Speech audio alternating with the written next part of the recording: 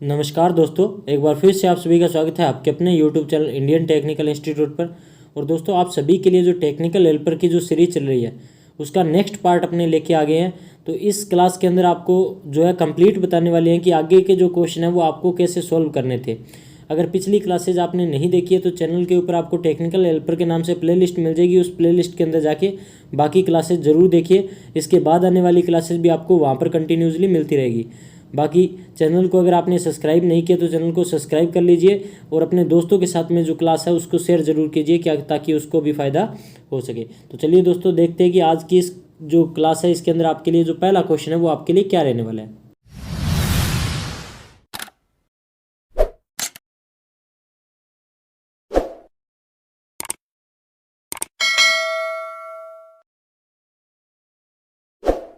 पहले क्वेश्चन के अंदर आपसे पूछा गया निम्न में से क्या परम उपकरणों का उदाहरण है। आपको ऑप्शन दिए गए हैं, वोल्ट मीटर है, एमीटर है, वाट आवर मीटर है, एम्पियर आवर मीटर है, टेजेंट गैल्वेनोमीटर है। तो दोस्तों, आपको अगर यहाँ पर परम जो है उपकरणों का पूछा गया तो परम उपकरणों को अपने इंग्लिश के अंदर जो बोलते हैं वो बोलते हैं एब्सोल्यूट इंस्ट्रूमेंट कहते हैं इनको। और अगर मैं बात करूं मीटर जो होते हैं वो मेनली कितने प्रकार के होते हैं, आपके मीटर जो होते हैं वो दो प्रकार के होते हैं। एक का आपके जो होते हैं वो प्राइमरी प्रकार के होते हैं और एक आपके सेकेंडरी प्रकार के जो मीटर होते हैं। तो प्राइमरी प्रकार के जो मीटर होते हैं इनको आप परम जो उपकरण है वो भी बोलते हैं, जैसे आपका फेस टेस्ट होता है या चुंबकीय सुई होती है या फिर आपका जो है टेजेंट गैल्वेनोमीटर होता है। तो आपसे पूछा गया था कि परम उपकरणों का उदाहरण क्या है। तो परम उपकरणों का उदाहरण आपको ऑप्शन में दिया गया था टेजेंट गैल्वेनोमीटर।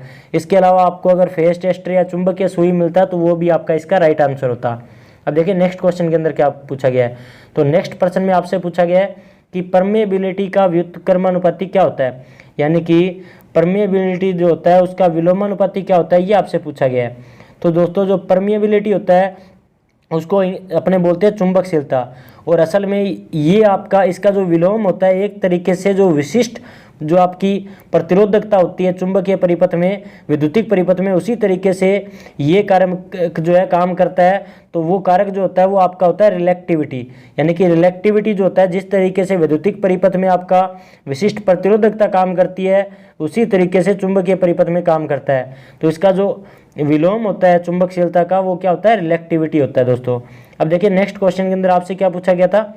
आपसे पूछा गया था कि यदि कोई कैपेसिटर 10 वोल्ट पर 24 कूलाम जो चार्ज है वहन करता है तो इसकी धारिता क्षमता क्या होगी, यानी कि अगर कोई कैपेसिटर है जो आपका 10 वोल्ट पर 24 कूलाम का आवेश जो है वो आपका जो है वहन करता है तो आपकी उसकी जो धारिता क्षमता है वो क्या होगी। तो देखिए, आपको अगर जो है धारिता निकालनी होती है तो धारिता निकालने के लिए एक फॉर्मूला यूज करते हैं अपने, कौन सा, तो यहाँ पर अपने यूज करते हैं C बराबर में होता है Q बटे में V, यानी कि C बराबर Q बटे में V। और अगर मैं बात करूँ C का मान यहाँ पर आपको दिया गया कितना, तो C का मान दिया गया 0.24, और अगर मैं बात करूँ यहाँ पर V का मान दिया गया 10। तो इसके अंदर जब आप कैलकुलेशन करेंगे तो यहाँ पर बन जाएगा 0.024 फेरेड जो है वो आपका यहाँ पर इसका राइट आंसर हो जाएगा, यानी कि ए ऑप्शन जो है वो इसका यहाँ पर राइट आंसर हो जाएगा। इसके अलावा देखिए नेक्स्ट क्वेश्चन के अंदर क्या पूछा गया है, वो आपको बोला गया है यदि 10 माइक्रोफेड कैपेसिटर जो है श्रेणी क्रम में जुड़े हो, यानी कि 10 जो माइक्रोफेड के कैपेसिटर जो है वो आपके श्रेणी क्रम में जुड़े हो। लेकिन ये क्वेश्चन थोड़ा सा आपको गलत दे रखा है, इसके अंदर यहाँ पर आपको जो है बोला होना चाहिए 10 जो कैपेसिटर है वो 3 श्रेणी क्रम में जुड़े हो, यानी कि 10 जो है माइक्रोफेड के 3 कैपेसिटर जो है वो किस में जुड़े हो, श्रेणी क्रम में जुड़े हो। तो जो है समान धारिता जो है मान क्या होगा, यानी कि आपको जो है 3 कैपेसिटर अगर सीरीज में जोड़ रखे हैं आपने और 10-10 माइक्रोफेड के है तो आपका जो कैपेसिटेंस का मान है वो आपका टोटल कैपेसिटेंस का मान क्या होगा वो आपको निकालना था। तो अगर यहाँ पर मैं बात करूँ तो अगर कैपेसिटेंस जो होता है वो आपका प्रतिरोध का उल्टा जुड़ता है, तो यहाँ पर सीरीज में जुड़ रहा है तो आपका जिस तरीके से प्रतिरोध जो होता है समांतर में जुड़ता है उस तरीके से यहाँ पर आपका ये जुड़ेगा। तो इसके लिए आपके प्रतिरोधों का मान समान है तो CT टोटल जो कैपेसिटेंस है वो बराबर हो जाएगा किसके, तो C बटे में N, यानी कि एक जो कैपेसिटर है उसका मान बटे में कितने कैपेसिटर आपने जोड़े हैं। तो यानी कि आपके 10 जो है कैपेसिटर है और आपका कैपेसिटरों की संख्या कितनी है, 3। तो इसको जब अपने हल करेंगे तो अपना आंसर आ जाएगा 3.33 माइक्रोफेड। तो इसका जो राइट आंसर रहेगा वो रहेगा डी ऑप्शन। इसके बाद में देखिए नेक्स्ट क्वेश्चन के अंदर क्या बोला गया है कि गोज नियम निम्न के लिए लागू होता है। गोज का जो नियम होता है वो किसके लिए लागू होता है? गोज नहीं होना चाहिए, यहाँ पे होना चाहिए गोस का नियम जो है वो किसके लिए लागू होता है? तो गोस का जो नियम होता है दोस्तों वो चुंबकीय क्षेत्र के लिए लागू होता है, यानी कि चुंबकीय क्षेत्र से संबंधित होता है। आपको यहाँ पर ऑप्शन क्या दिए गए हैं कि फील्ड के लिए एक अनंत चार्ज के लिए लंबे सीधे तार के कारण होता है, यानी कि चुंबकीय क्षेत्र जो है वो पैदा होने की बात हो रही है। एक फील्ड के लिए पॉइंट चार्ज के कारण होता है, या फिर फील्ड के लिए एक अनंत चार्ज किए गए तार के कारण होता है। फील्ड के लिए चुंबकीय फील्ड की बात हो रही है, चुंबकीय फील्ड के लिए पूरी तरह से चार्ज किए गए वलयाकार कोशों के कारण होता है, यानी कि आपका वलयाकार कोश यानी कि लूप के कारण। तो हर जगह पे आप देख सकते हो चुंबकीय फील्ड की बात हो रही है, यानी कि मैग्नेटिक फील्ड की बात हो रही है। और अभी हमने देखा कि असल में गोस का जो नियम होता है वो असल में किससे संबंधित है? तो चुंबकीय क्षेत्र से संबंधित है, क्योंकि आपको अगर पता हो तो चुंबकीय फ्लक्स घनत्व की जो इकाई होती है वो आपकी गोस ही होती है दोस्तों। अब देखिए नेक्स्ट क्वेश्चन के अंदर क्या पूछा गया है। तो नेक्स्ट क्वेश्चन के अंदर आपसे पूछा गया है कि यदि किसी कैपेसिटर के समान प्लेटों का अलगाव बंट गया है तब इसका धारित्व क्या होगा? यानी कि इसने ये बोला है कि अगर अलगाव बट गया है, अलगाव बट गया का मतलब क्या है कि अगर दूरी आपकी आधी हो गई है, दूरी एक तरीके से बंटने की बात हो रही है ना, किसी भी चीज़ को अपने बांटने की बात करती है तो समान भागों में बांटेंगे, इसका मतलब दो भागों में बंटने की बात हो रही है। तो इसने बोला कि कैपेसिटर की जो प्लेटें हैं वो आपका दो समान भागों में बंट गई है, तो उस कंडीशन में इसका जो धारकत्व होगा यानी कि कैपेसिटेंस का मान होगा वो क्या होगा? तो असल में अगर आपको पता हो तो कैपेसिटेंस जो होता है वो आपका दो चालक प्लेटों के बीच की जो दूरी होती है उसके दोस्तों क्या होता है? व्युत्क्रमानुपाती होता है। इसका मतलब जो अलगाव है वो आपका दूरी जो है वो आपकी आधी हो गई है, तो दूरी आधी होने के कारण आपका जो है यहाँ पर जो धारकत्व होगा वो धारकत्व क्या हो जाएगा? दो गुना हो जाएगा, क्योंकि असल में क्या है इसका विपरीत है ना, विलोमानुपाती है। तो अगर ये कम होगा तो वो आपका क्या हो जाएगा? आधा हो जाएगा, यानी कि अगर ये कम होगा तो वो आपका दुगना हो जाएगा। अब देखिए इसके बाद में नेक्स्ट क्वेश्चन के अंदर क्या पूछा गया है कि उस समय जब फ्यूज लिंक को गलाया गया है तो उससे लेकर ओवर करंट में व्यवधान डाला जाता है तब तक के समय की मात्रा क्या है? यानी कि अगर मैं बात करूं इसमें आपसे सीधा क्वेश्चन ये पूछा गया है कि फ्यूज लिंक जो है वो अगर आपका पिघल जाता है तो आपका करंट के अंदर जो व्यवधान डालता है तो उस समय की मात्रा को क्या कहते हैं? तो आर्किंग का समय, शोधन का समय, या फिर पिघलने का समय, आरंभिक समय, या फिर लापरवाही का समय। तो इसको दोस्तों अपने स्पार्किंग टाइम बोलते हैं या फिर फ्यूजिंग टाइम बोलते हैं। और असल में यहाँ पर इसने जो आपको ऑप्शन दे रखा था हिंदी में, वो हिंदी में बोला था आर्किंग का समय, यानी कि स्पार्किंग का टाइम जो है वो आपका होता है। अब देखिए नेक्स्ट क्वेश्चन के अंदर आपसे क्या पूछा गया था कि उस उपभोक्ता का संपर्क किया गया लोड 3 किलोवाट का है, उस उपभोक्ता का संपर्क किया गया लोड 3 किलोवाट का है और उसकी अधिकतम मांग 1.5 किलोवाट है। उपभोक्ता का मांग कारक है, यानी कि उपभोक्ता का मांग कारक जो है वो आपसे पूछा गया, डिमांड फैक्टर पूछा गया है। तो डिमांड फैक्टर जो होता है दोस्तों वो उसके लिए क्या होता है कि यहाँ पर मांग कारक जो है पूछा गया है, तो असल में क्या है उसके लिए एक फॉर्मूला होता है कि मैक्सिमम डिमांड कितनी है, यानी कि मैक्सिमम अगर बात करें डिमांड कितनी है, मैक्सिमम डिमांड कितनी है। और असल में अगर बात करें यहाँ पर जो आपने लोड कनेक्ट किया है, कनेक्टिंग लोड जो है वो आपका कितना है, इनका जो है अनुपात जो होता है वो आपका क्या कहलाता है? असल में अगर मैं बात करूं तो मांग कारक या फिर डिमांड फैक्टर कहलाता है दोस्तों। अब इसके अंदर आपको यहाँ पर जो दिया गया था उसमें क्या दिया गया था, तो इसमें दिया गया था कि आपका 1500 यानी कि 1.5 किलोवाट का जो है अधिकतम मांग है, मैक्सिमम डिमांड है। और असल में आपका जो कनेक्ट किया गया लोड है, यानी कि कितना लोड आपने कनेक्ट किया है, तो 3000 वाट का लोड आपने कनेक्ट किया है, तो बटे में 3000, तो इसका जो आंसर आ जाएगा वो क्या आ जाएगा? 0.5 आ जाएगा। तो इसका जो राइट आंसर क्या था यहाँ पर आपको दिया गया 0.5 सी ऑप्शन में, तो सी ऑप्शन इसका राइट आंसर है। अब देखिए नेक्स्ट क्वेश्चन के अंदर आपसे क्या पूछा गया कि किसी ट्रांसमिशन लाइन के समान सर्किट में धारिता के कारण, एक ट्रांसमिशन लाइन के समान सर्किट में धारिता के कारण क्या होगा कि लाइन में करंट, लाइन के विभव के कारण या फिर करंट के लीकेज के कारण, चुंबकीय फ्लक्स की उपस्थिति के कारण, यानी कि ये पूछ रहा है कि असल में ट्रांसमिशन लाइन के अंदर जो समान सर्किट में जो कैपेसिटेंस होता है वो किसके कारण होता है? तो ये आपका जो है पोटेंशियल डिफरेंस के कारण होता है दोस्तों, यानी कि विभव के कारण होता है। तो इसका जो राइट आंसर यहाँ पर दिया गया था वो दिया गया था लाइन के विभव के अंतर के कारण, यानी कि पोटेंशियल डिफरेंस के कारण। तो इसका जो राइट आंसर क्या था, बी ऑप्शन। अब देखिए नेक्स्ट क्वेश्चन के अंदर आपसे क्या पूछा गया कि स्कोट संयोजन में टीजर के आर पार वोल्टता खालिस्तान द्वारा मुख्य आपूर्ति को बढ़ाती है, यानी कि ट्रिजर जो ट्रांसफार्मर होता है उसके अंदर जो स्कोट कनेक्शन लगाते हैं वो आपके मुख्य आपूर्ति को कितना बढ़ाती है। तो ये असल में दोस्तों 90 डिग्री के अनुपात जो है आपके ऊपर जुड़ी होती है स्कोट वाइंडिंग, या फिर आपने बात कर सकते हैं स्कोट वाइंडिंग जो है वो आपकी जुड़ी होती है स्कोट या टीटी कनेक्शन के अंदर। और अगर मैं बात करूं इसके अंदर जो टर्नों की संख्या रखी जाती है वो मेन वाइंडिंग की अपेक्षा 86.6% जो है वो टर्नों की संख्या रखी जाती है। और अगर मैं बात करूं यहाँ से आपका 86.6% से आपका आउटपुट निकाला होता है। अगर यहाँ पर क्वेश्चन नेक्स्ट पूछा गया है कि संतुलित परिचालन के लिए ट्रिजर परिणामित्र को खालिस्तान फेरे अनुपात की आवश्यकता होती है, यानी कि संतुलित परिचालन के लिए ट्रिजर ट्रांसफार्मर के लिए कितने आपके टर्नों की आवश्यकता होती है। तो ऑप्शन दिए गए 2:1, 1.732 अनुपात 1, 1.414 अनुपात 1, या फिर 1:1, या फिर 0.866 अनुपात 1, या फिर जो है 1:1। तो आपको अभी बताया कि असल में इसमें जो टर्नों की संख्या होती है वो 86.6 होती है, यानी कि यहाँ पर इसने दे दिया इसको 1:866, यानी कि 0.66 इसका मतलब जो मेन ट्रांसफार्मर होता है उसकी अपेक्षा टीजर ट्रांसफार्मर में जो है 86% टर्न होते हैं। पॉइंट जो है 886 अनुपात 1 जो है इसका राइट आंसर रहेगा।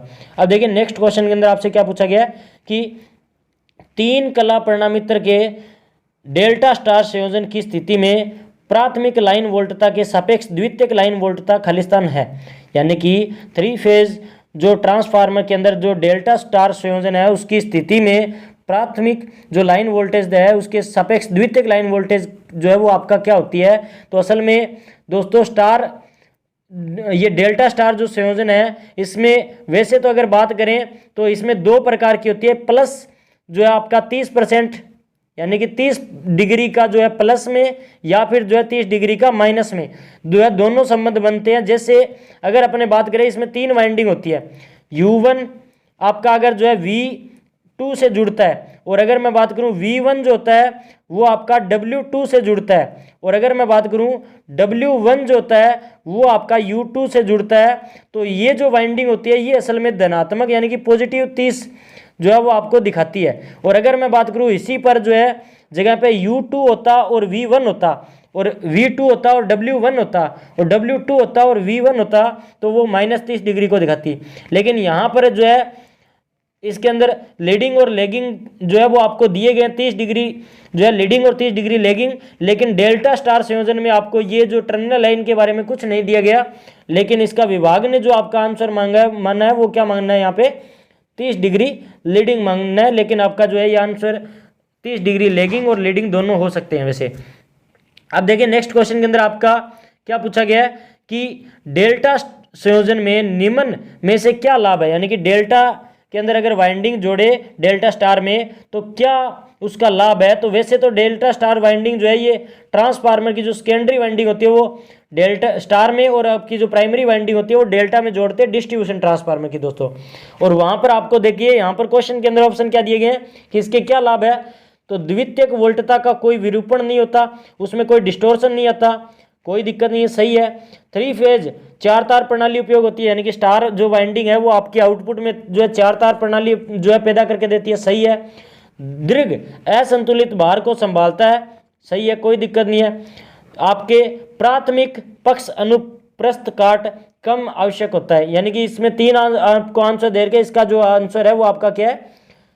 इन सभी के जो है प्रकार आपका लाभ हो सकता है एक तरीके से डेल्टा स्टार संयोजन से, ये सारे के सारे लाभ आपके हो सकते हैं। इसके बाद में नेक्स्ट क्वेश्चन के अंदर पूछा गया है कि संपन्नर परीक्षण में एक ट्रांसफार्मर की द्वितीयक के स्थानीय परिपथ में कुल वोल्टेज है, यानी कि आपने जो है संपन्नर टेस्ट की बात हो रही है। ये संपन्नर टेस्ट किसको बोलते हैं, तो नो लोड पर ट्रांसफार्मर का जो वोल्टेज रेगुलेशन होता है, यानी कि नो लोड पर जो ट्रांसफार्मर के अंदर जो वोल्टेज रेगुलेशन या दक्षता ज्ञात करने का एक टेस्ट होता है।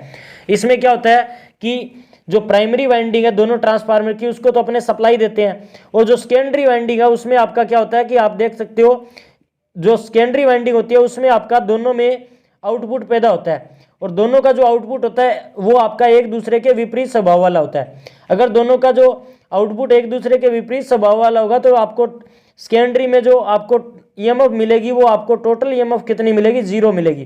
तो इसका जो राइट आंसर क्या रहेगा यहाँ पर, 0 के बराबर होता है।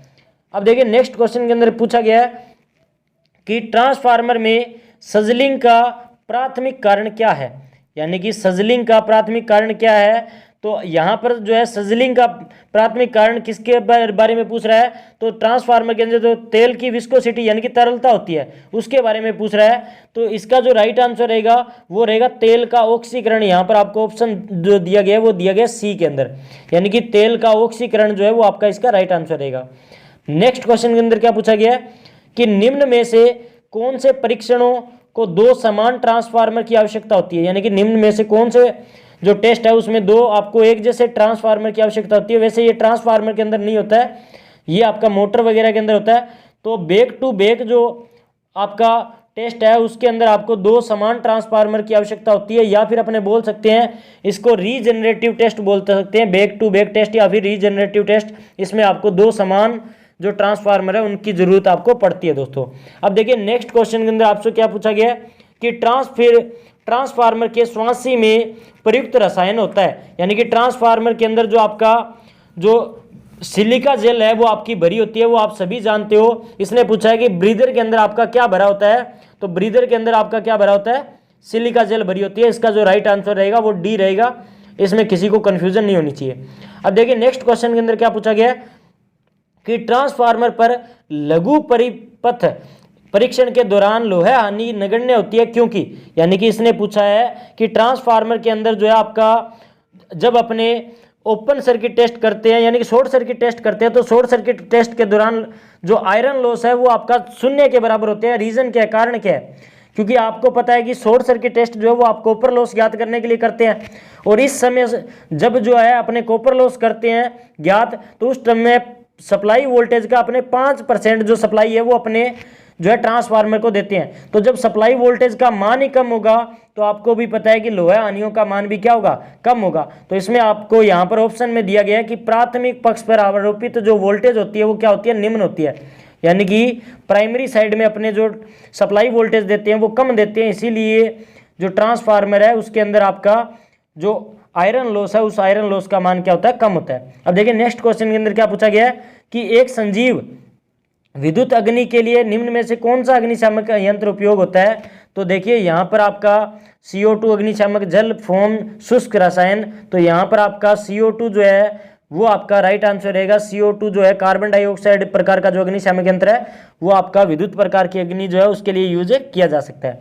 नेक्स्ट क्वेश्चन के अंदर देखिए क्या पूछा गया है, आपको पूछा गया है कि एक स्विच है जो 2 बिंदुओं पर आरोपित परिपथ को खोलता है, यानी कि एक स्विच जो है वो आपका कौन सा है, दो बिंदुओं पर जो है आपका परिपथ को खोलता है। तो दोहरा ब्रेक स्विच, दोहरा throw switch, horn gap switch, केंद्र जो है ब्रेक स्विच या एकल ध्रुव स्विच। आपको पता है कि आपका DP प्रकार का जो स्विच होता है यानी कि डबल पोल जो प्रकार का स्विच होता है वो आपका ये होता है जो आपका एक सर्किट को 2 जगह पे आपका ओपन करने का काम करता है। तो दोहरा ब्रेक स्विच जो है वो आपका इसका राइट आंसर है दोस्तों। उम्मीद करूंगा कि ये सारे के सारे जो क्वेश्चन है वो आपके लिए बेहतर होंगे और आपको समझ में आ गए होंगे, और काफ़ी इजी तरीके से समझाने की कोशिश की है। बाकी अगर डाउट है तो नीचे कमेंट सेक्शन के अंदर कमेंट कीजिएगा। बाकी मिलेंगे आप सभी से इसी तरह की एक और क्लास के साथ में। तब तक आप चैनल को सब्सक्राइब करके और क्लास को जो है अपने दोस्तों के साथ शेयर करके, और नेक्स्ट क्लास जो है वो आपको ज़रूर मिले उसके लिए चैनल को सब्सक्राइब करके ज़रूर जाइए। मिलेंगे नेक्स्ट क्लास के साथ में, तब तक के लिए जय हिंद जय भारत दोस्तों।